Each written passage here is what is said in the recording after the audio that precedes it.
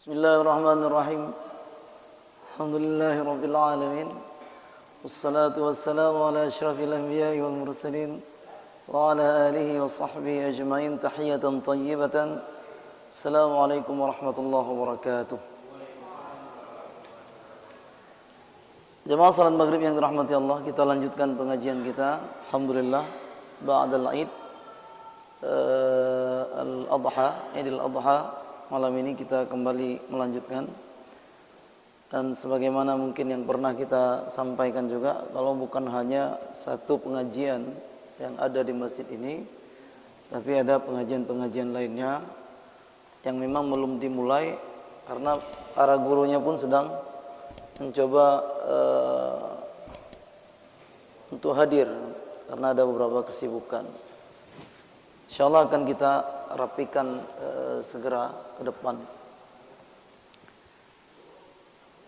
Nah, malam ini hadis ke-38. Nah, ini semakin mendekati akhir ini. 38. Wasailul qurbi minallah wa naili mahabbatih. Ini juga permasalahan yang sangat penting.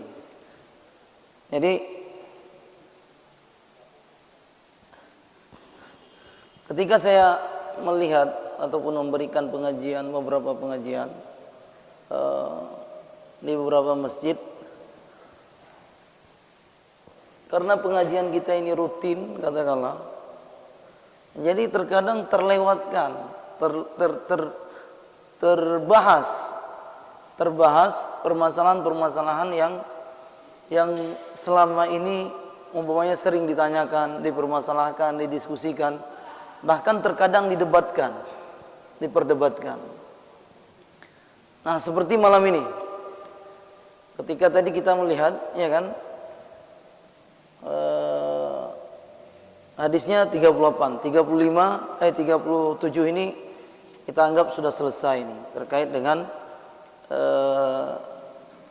karunia Allah, keadilan Allah dan karunia Allah kepada hambanya. Ini yang sudah kita bahas sebelumnya. Nah, malam ini hadis 38, wasailul qurbi minallah wa naili mahabbatih. Jadi sarana-sarana untuk mendekatkan diri kepada Allah dan menggapai kecintaan Allah. Pasti mungkin yang kita bayangkan ya sarana-sarana tersebut. Nah, rupanya pada hadis ini Imam Nawawi menyebutkan, atau pada pembahasan ini Imam Nawawi menyebutkan, meriwayatkan hadis dari sahabat Abu Hurairah. Jadi sarana untuk mendekatkan diri kepada Allah dan menggapai kecintaan Allah.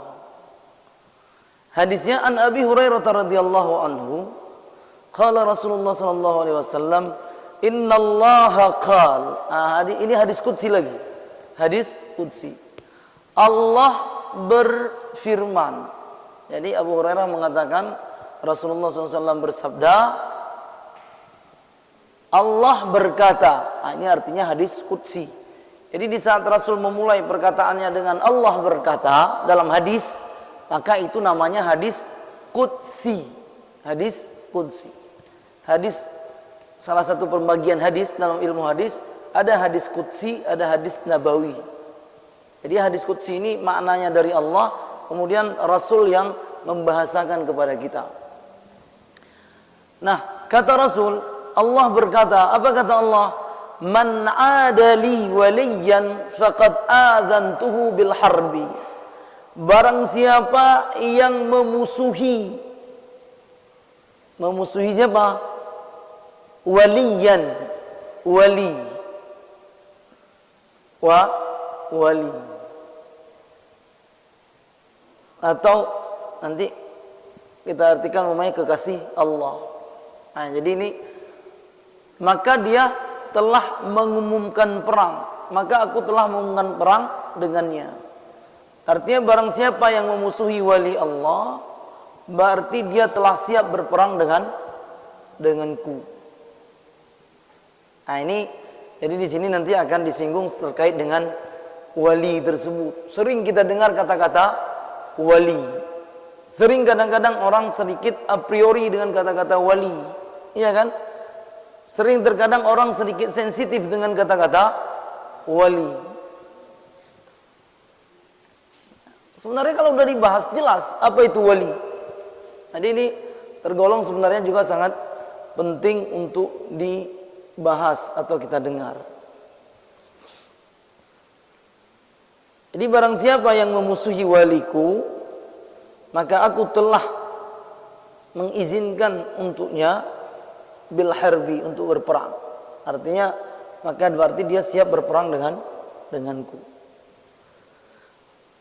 Wa ma taqarraba ilayya 'abdi bi syai'in ahabba ilayya mimma aftaradtu alaihi. Dan tidaklah hambaku mendekatkan diri kepadaku dengan amal salih yang lebih aku cintai daripada hal-hal yang telah aku wajibkan. Jadi kewajiban-kewajiban itu adalah sebuah sarana untuk mendekatkan diri kepada Allah, dan itu yang paling dicintai Allah. Kewajiban apa? Salat salah satunya. Jadi kalau ingin mendekatkan diri kepada Allah, kerjakan kewajiban. Kenapa? Karena itu yang paling dicintai Allah. Puasa, zakat, haji, itu kewajiban. Wa ma yazalu 'abdi yataqarrabu ilayya bin nawafil hatta uhibbah. Dan hambaku terus mendekatkan diri kepadaku dengan amal-amal sunnah hingga aku semakin mencintai hambaku. Jadi kalau ingin semakin dicintai Allah, maka tambahlah ibadah tersebut dengan amal-amal sunnah.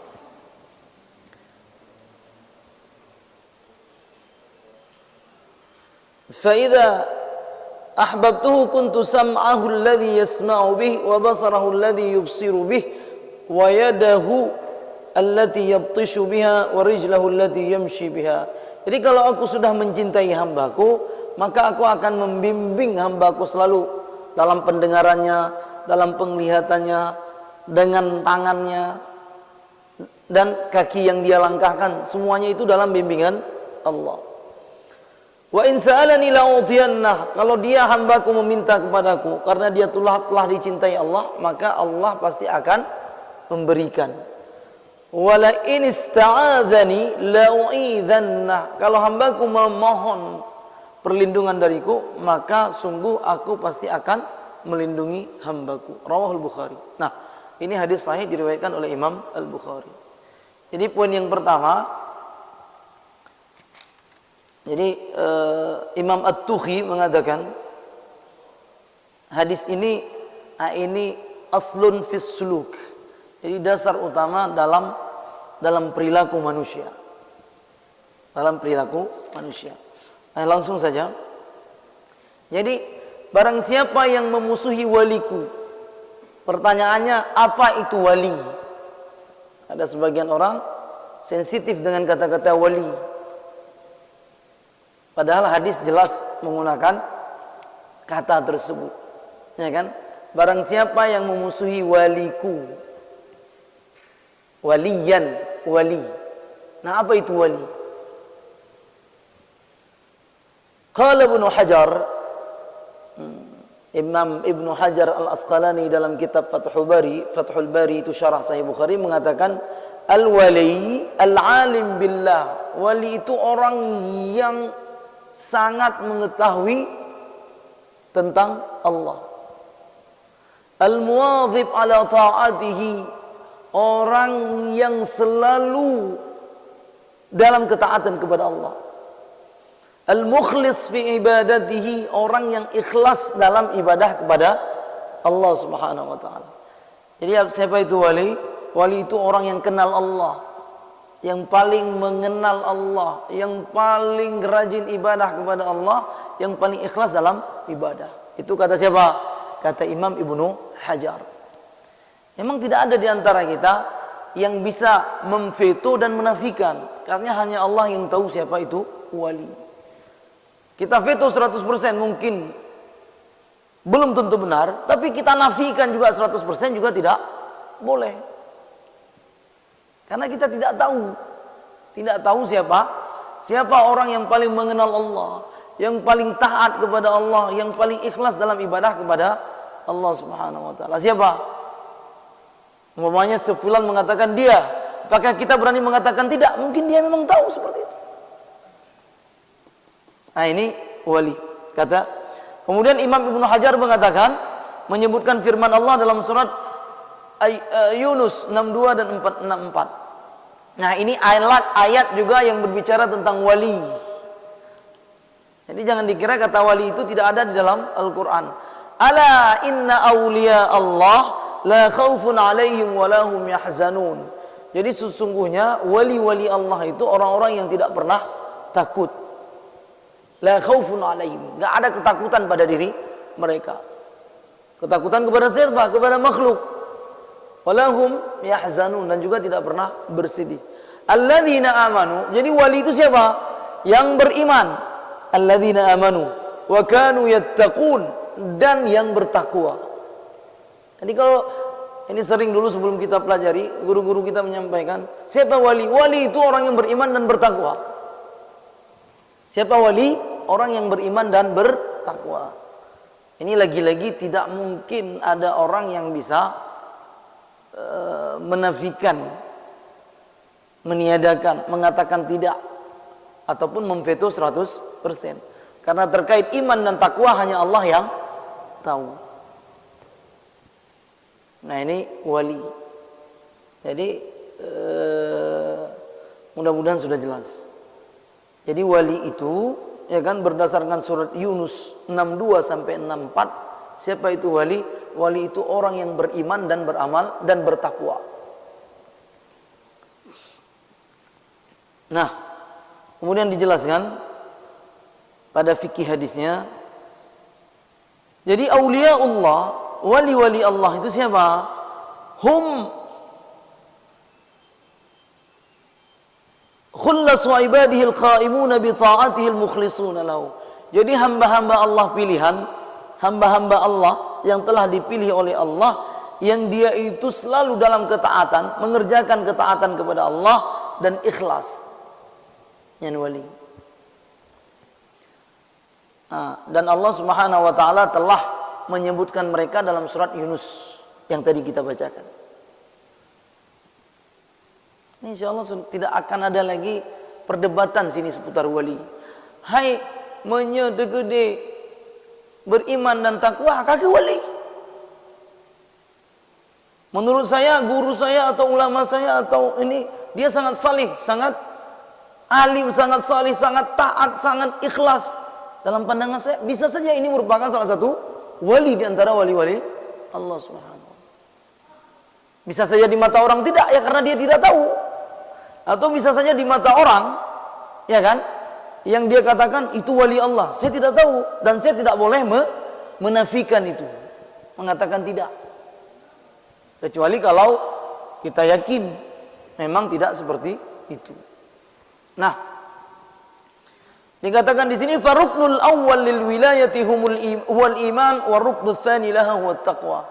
Jadi istilahnya dua prinsip utama, dua rukun utama bagi sifat seorang wali itu. Yang pertama iman, yang kedua takwa. Selesai. Iman dan takwa. Jadi terus terang ini satu hal, pintu yang terbuka lebar.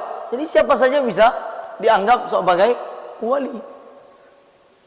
Pertanyaannya, apakah takwa itu satu hal yang mudah? Berat itu. Takwa itu apa? Mengerjakan perintah Allah, meninggalkan larangan Allah. Sekarang di saat syarat wali itu beriman dan bertakwa, udah terbuka lebar. Siapa yang beriman, siapa yang bertakwa, berarti dia wali. Siapa yang mengatakan? Allah. Pertanyaannya yang kedua, apakah mudah hal tersebut? Tentu berat. Siapa yang tahu itu? Hanya Allah Subhanahu wa taala. Bahkan pada hadis sebelumnya itu pernah kita bahas, Rasul mengatakan innamat taqwa hahuna. Ketakwaan itu di sini kata Nabi. Iya kan? 3 kali beliau katakan takwa itu di sini. Nah,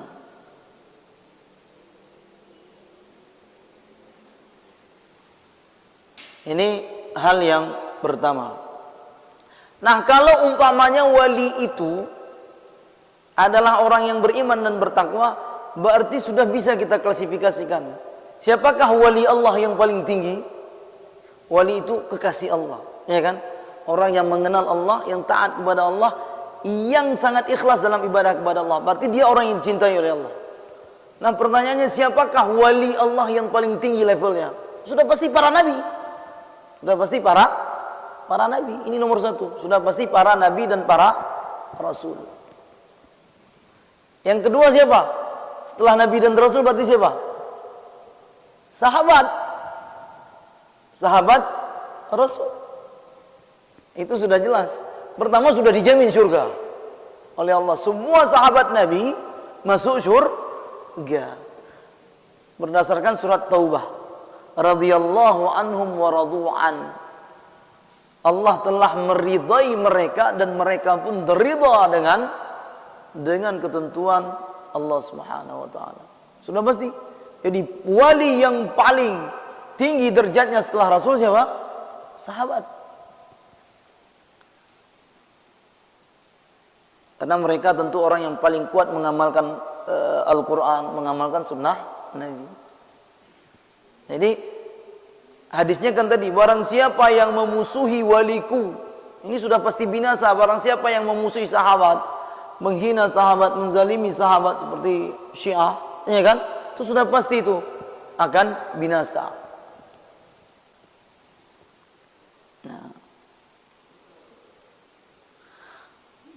Nah, setelah sahabat siapa?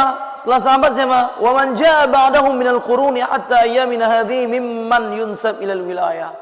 Setelah sahabat terus, masa setelah sahabat, terus masa setelah itu, masa setelah itu, masa setelah itu, hingga bisa saja sampai ke hari kita ini dan hari esok. Selama mengikuti petunjuk Nabi, ya kan? Maka insyaallah beriman dan bertakwa, maka termasuk daripada wali-wali Allah Subhanahu wa taala. Nah, ini poin yang pertama. Jadi definisi wali sudah jelas. Dan sebagaimana tadi yang kita sampaikan, insyaallah tidak perlu lagi untuk diperdebatkan.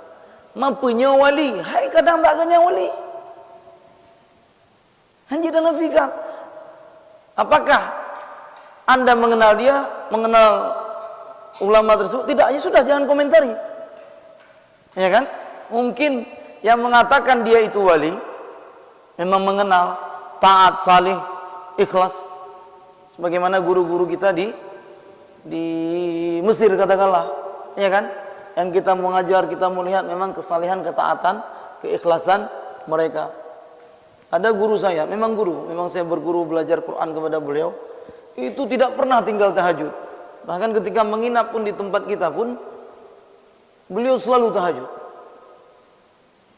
Dalam keadaan apapun selalu tahajud. Kita salat tarawih itu ketika itu. Salat tarawih mulai jam 10 malam sampai jam 5 subuh. Nah, suatu hari pernah beliau itu pergi musafir ke provinsi lain. Cuman provinsi di Mesir itu provinsi Kairo, kota Kairo ke kota Alexandria, kalau pernah mendengar. Nah, beliau pergi ke sana. Jauh perjalanan. Terus pulang lagi dan malamnya masih kuat tahajud dari jam 10 sampai jam 5. Yang pukurung saleh ya. Nah, orang yang tidak mengenal mungkin ini yang harus kita paham. Gurunya beliau lagi itu sudah khatam Al-Qur'annya ratusan kali 20 tahun yang lalu. Mungkin ini pernah saya sampaikan di masjid-masjid lain dalam pengajian. Guru beliau ketika tahun 2001, saya ingat itu, saya lihat catatan di buku catatan itu, khataman Al-Quran sudah sampai 591 dalam salat. Nah, beliau mengkhatam Al-Quran itu biasa cepat dalam salat. Bahkan di malam 27, mulai dari 26 sampai 27, itu 27 juz dalam salat non-stop. Yang pukurung saleh. Ya kan? Jadi ini mungkin hal-hal yang membuat kita yakin. Mungkin ini diantara orang-orang yang dicintai Allah di dunia ini. Nggak berani kita macam-macam. Makanya banyak keluar ungkapan-ungkapan dari para ulama, daging para ulama tersebut beracun. Ya kan? Tidak gampang untuk dikomentari, bahaya. Berbahaya. Ini nampaknya sudah mulai nampak juga saat-saat ini di tengah-tengah kita istilahnya. Nah, jadi itu definisi wali. Mau dibahas dalam referensi apapun, kalau lengkap pembahasannya pasti akan dicantumkan surat Yunus 62 sampai 64. Nanti pulang di rumah silakan dilihat. Yunus 62 sampai 64. Jelas disebutkan kata-kata wali. Ala inna awliya Allah. Sungguh wali-wali Allah tersebut. Jelas itu. Sekarang kalau belum jelas apa itu wali-wali Allah, lihat dulu definisinya. Nah, para ulama mengatakan wali-wali Allah itu siapa? Orang yang paling mengenal, kata Ibnu Hajar, al-alim billah, al-muwadhib ala ta'ati, al-mukhlis fi ibadati. Orang yang paling mengenal Allah, yang selalu dalam ketaatan kepada Allah, yang ikhlas dalam ibadah kepada Allah. Nah, sekarang kalau ada wali-wali Allah di muka bumi ini, satu saja yang tidak boleh kita lakukan, kita membenci, memerangi, memusuhi mereka. Kenapa? Kalau kita benci, kita perangi, kita musuhi, maka Allah akan marah. Allah akan marah. Kata para ulama, kata Rasul, man adali waliyan faqad adzantuhu bil harb. Kalau ada yang memusuhi wali-waliku, maka berarti dia siap berperang denganku. Inna kulla man yu'dhi mu'minan taqiyan.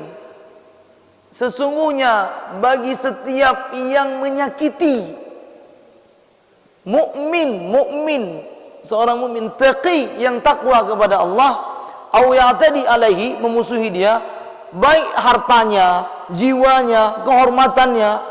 Ini sebagaimana tadi yang kita sampaikan. Nampak juga sekarang ini contoh.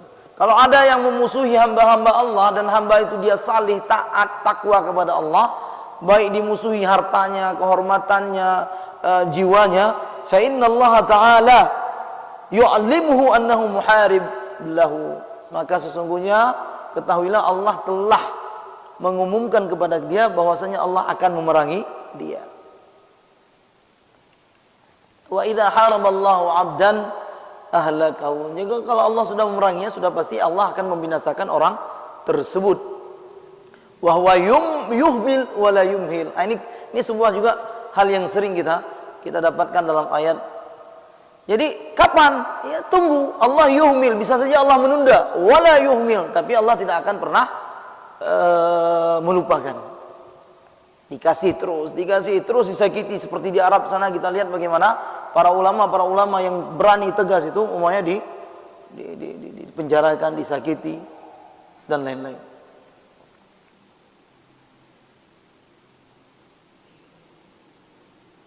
Nah.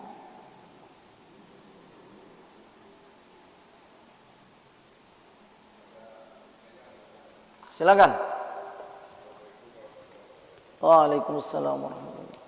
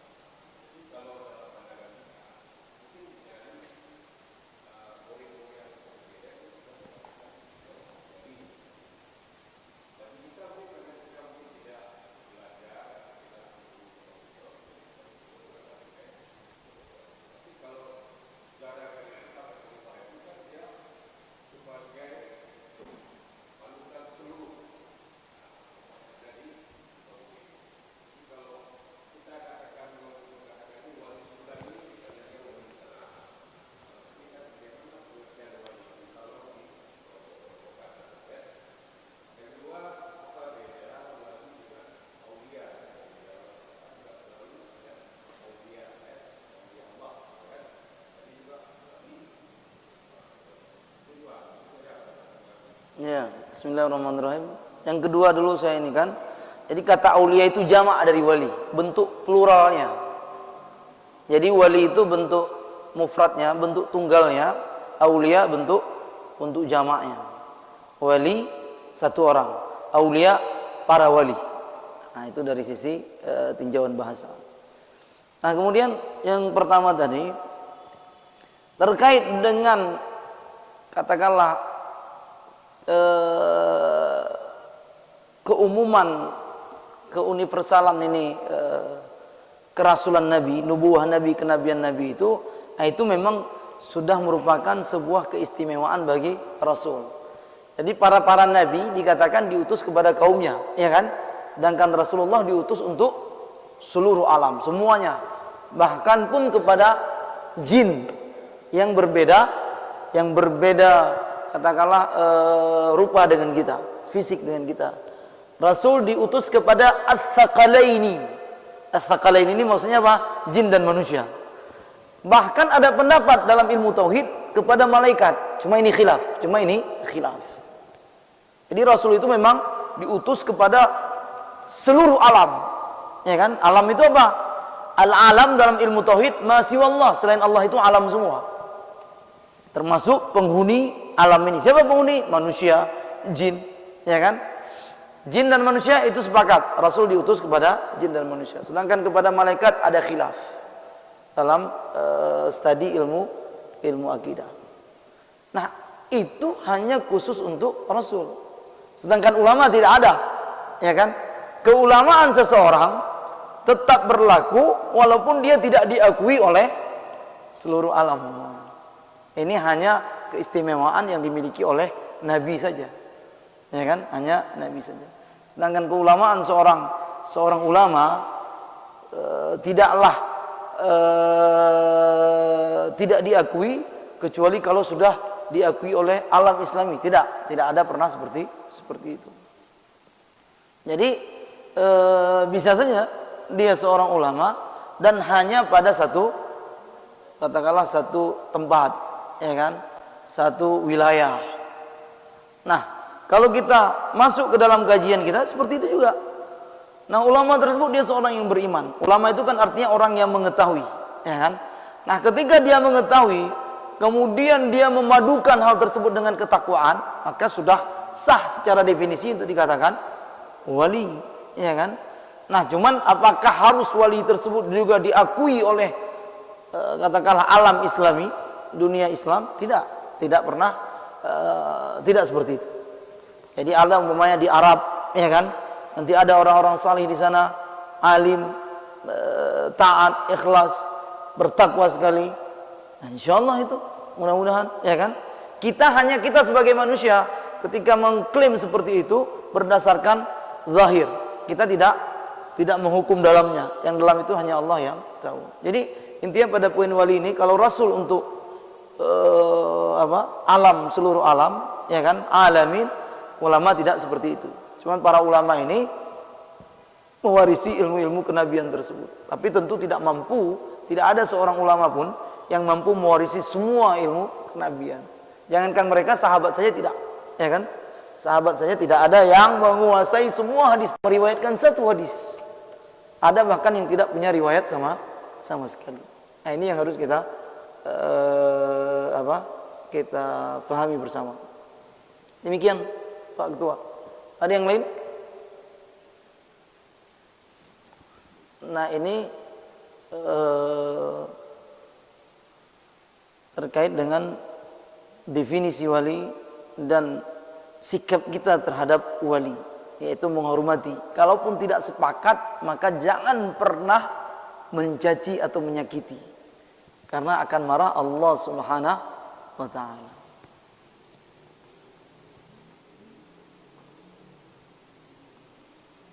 Jadi Imam Ibnu Hajar mengatakan,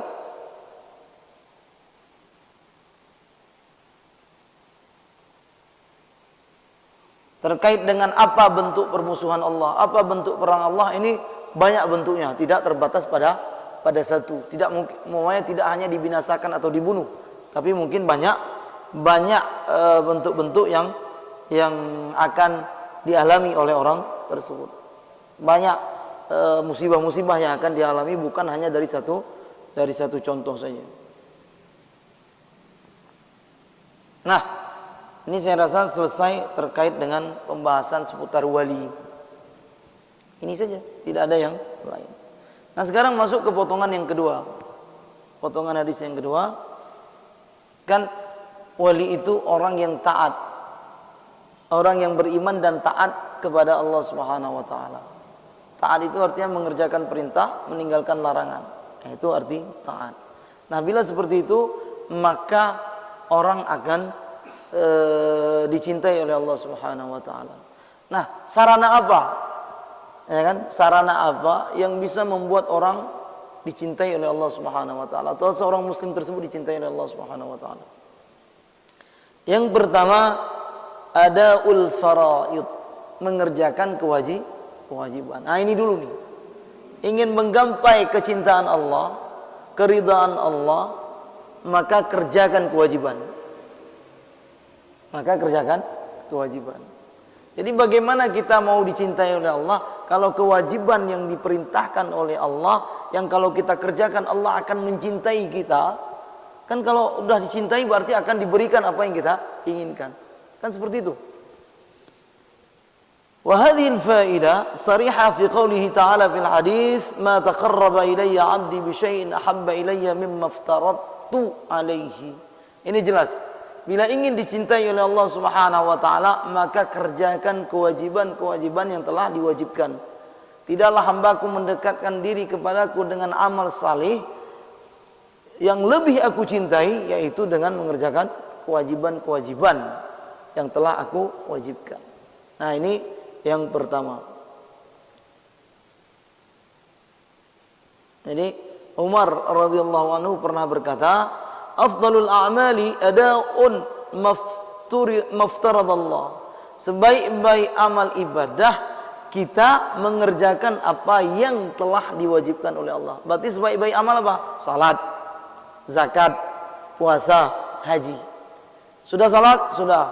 Puasa sudah? Sudah. Zakat sudah? Belum. Tunaikan zakat. Karena itu kewajiban. Zakat sudah? Sudah. Haji? Belum. Daftar segera haji. Agar dicintai Allah Subhanahu wa taala. Jadi afdalul a'mal ada'u maftaradallah wal wara' amma harramallah.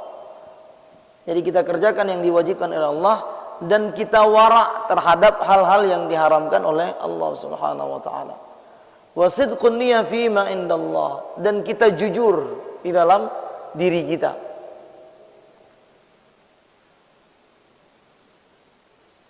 Umar bin Abdul Aziz, ini seorang khalifah terbaik dalam dinasti Umayyah. Bahkan sebagian ulama seperti Imam Suyuti mengatakan beliau ini khulafa ar-rasyidin yang kelima. Umar bin Abdul Aziz. Semua mengenal Umar bin Abdul Aziz. Jadi sebaik-baik khalifah setelah Muawiyah pada dinasti Bani Umayyah. Jadi Muawiyah sahabat Nabi. Nah, setelah itu ada di antara khalifah setelah itu ada Umar bin Abdul Aziz, dan Umar bin Abdul Aziz ini masih merupakan keturunan dari sahabat Umar bin Khattab. 2 tahun beliau memerintah dunia Islam, tidak ada orang miskin. Jadi zakat yang beliau kumpulkan itu akhirnya harus didistribusikan ke tempat lain. Tidak ada lagi mustahik zakat ketika masa beliau 2 tahun. Nah, Umar bin Abdul Aziz juga mengatakan hal yang sama. Afdalul ibadati ada'ul faraidhi. Sebaik-baik ibadat yaitu mengerjakan kewajiban, wajtinabul maharim, dan meninggalkan hal-hal yang telah diharamkan. Ini kalau seperti ini wali. Yang ingin kita katakan. Kalau ada orang seperti ini, dia kerjakan kewajiban, kemudian dia tinggalkan yang diharamkan oleh Allah Subhanahu wa taala, itu wali. 100% itu wali. Nah,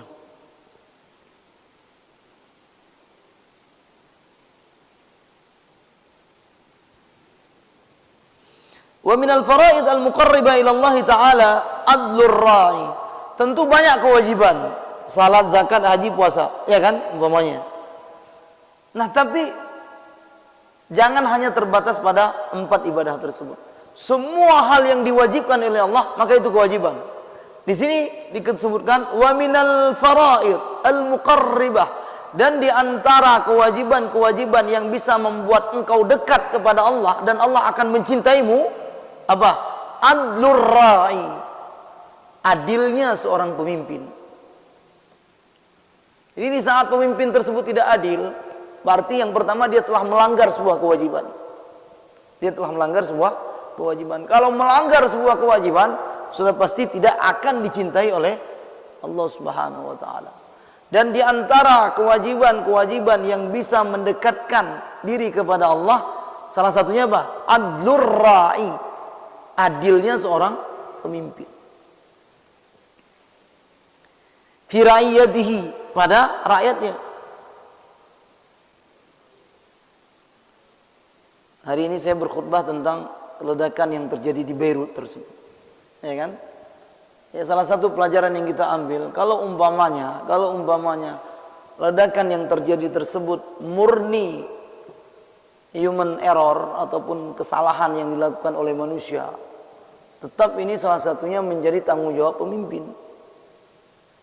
Karena pemimpin tersebut harus bisa memastikan agar rakyat ini selamat. Jangan sempat terjadi musibah yang bisa membinasakan rakyat. Ya kan, itu terjadi ledakan di pelabuhan kota Beirut, di pelabuhan yang di sebuah gudang yang memuat amonium nitrat, senyawa kimia untuk membuat pupuk dan bahan peledak. Terjadi kebakaran, merembet ke gudang, akhirnya terjadi ledakan. Itu kalau salah satu tinjauan sebagaimana yang disampaikan oleh pemerintah Lebanon. Nah, itu juga pemerintah salah itu. Kenapa? Karena memang amonium nitrat itu dibiarkan sudah 6 tahun di situ, terbengkalai. Artinya riskan untuk terjadi kebakaran atau kalau kebakaran bisa. Nah, ini pemerintah bertanggung jawab. Pemerintah bertanggung jawab. Kal hakim. Nah, di sini dikatakan adilnya seorang pemimpin, ya kan? Adilnya seorang pemimpin terhadap yang dipimpin, seperti seorang pemimpin umpamanya. Begitu juga adilnya umpamanya seorang pemimpin rumah tangga. Nah, sebagai seorang ayah pun harus adil,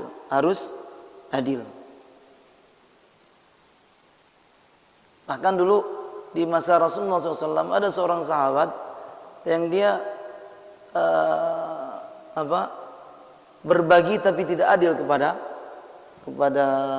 anaknya. Nah, itu ditegur oleh Rasulullah SAW. Kalau saya tidak salah itu dalam hadis Nu'man bin Bashir. Jadi perlu juga seorang ayah bersikap adil kepada anak-anaknya. Adil ini tidak mesti sama. Ini jangan dipahami adil itu harus sama. Nah, sebuah hadis, nah ini bagi para pemimpin. Sebuah hadis dari Abu Sa'id Al-Khudri, "Inna ahabbal ibadi ila Allah yaumal qiyamati wa adnahum ilaihi majlisan imamun adil." Rugi sekali. Jadi di saat seseorang ditakdirkan menjadi pemimpin, kalau dia baik, itu kalau dalam pandangan kita sebuah sarana bagi dia untuk masuk ke surga. Kalau dia tahu bagaimana memanfaatkan, menggunakan kesempatan yang telah diberikan oleh Allah. Karena Rasul mengatakan, sesungguhnya hamba yang paling dicintai oleh Allah Subhanahu wa taala nanti pada hari kiamat dan yang paling dekat dengan Allah adalah siapa? Imamun adil, pemimpin yang adil. Ini kan sungguh rugi di saat menjadi pemimpin kemudian berbuat zalim. Padahal itu sebuah kesempatan yang diberikan untuk bisa nanti dekat dengan Allah.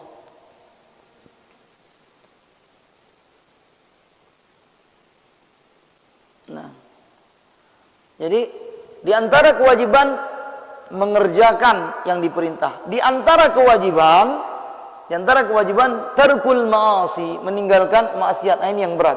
Mungkin di antara kita, ya kan, mengerjakan kewajiban yang diperintah Allah. Tapi juga mungkin banyak juga di antara kita yang masih juga terkadang tidak sengaja terjerumus ke dalam kemaksiatan. Nah, ini berat memang. Memang satu hal yang sangat berat. Jadi di antara kewajiban kepada Allah, tarkul ma'asi, meninggalkan kemaksiatan. Nah, ini sebenarnya sulit, ya kan? Untuk digabungkan antara kewajiban dengan maksiat. Tidak mungkin bersatu dia. Dua kutub yang berlawanan. Satu positif, satu negatif. Ya kan? Positif dan negatif. Karena Allah Ta'ala iftarada ala ibadihi tarkul ma'asi wa akhbara subhanahu anna man ta'adda hududahu wartakaba ma'asihi kana mustahiqqan lil iqabil alimi fid dunya wal akhirah. Karena Allah telah mewajibkan kepada hambanya untuk meninggalkan kemaksiatan, dan Allah telah mengatakan barang siapa yang melanggar batasan-batasan Allah, ya kan? Maka dia layak untuk dihukum. Wa bihadza yakunu tarkul ma'asi min hadhihi an-nahiyah dakhilan tahta umumi wa ma taqarraba ilayhi 'abdun bi syai'in ahabba ilayhi mimma aftaradtu alayhi. Jadi tidaklah seorang hamba mendekatkan diri kepadaku dengan amal saleh, dan amal saleh yang paling aku cintai tersebut yaitu mengerjakan kewajiban. Kewajiban apa?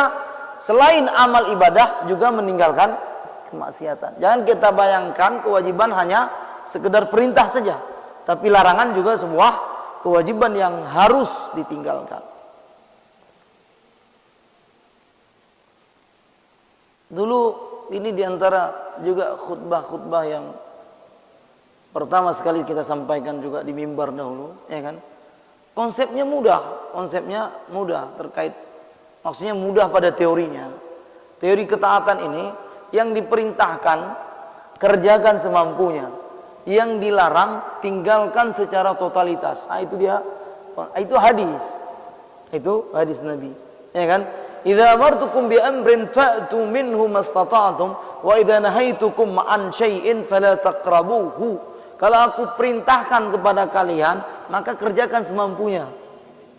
Salat, perintah bukan? Perintah. Mampu, tapi duduk. Mampu, tapi berbaring. Mampu, tapi dengan isyarat. Puasa mampu, tidak mampu, enggak usah puasa. Bayar fidyah atau mengqadha atau lain-lain. Tapi kalau kemaksiatan, larangan, maka tinggalkan secara, tidak ada istilahnya meninggalkan secara sesuai dengan kemampuan, tidak ada. Tidak ada meninggalkan dosa tersebut sesuai dengan kemampuan, tidak ada. Nah, jamaah yang dirahmati Allah, kita cukupkan di sini dulu. Insyaallah nanti pada pertemuan ke depan kita lanjutkan beberapa hal yang masih berkaitan dengan hadis ini. Termasuk di sini dibahas kalau sudah menjadi wali maka mujabud da'wah, doanya itu mustajab. Kalau sudah menjadi wali, doanya itu mustajab. Wallahu a'lam. Wan nisbatul ilmi ilaihi. Assalamualaikum warahmatullahi wabarakatuh.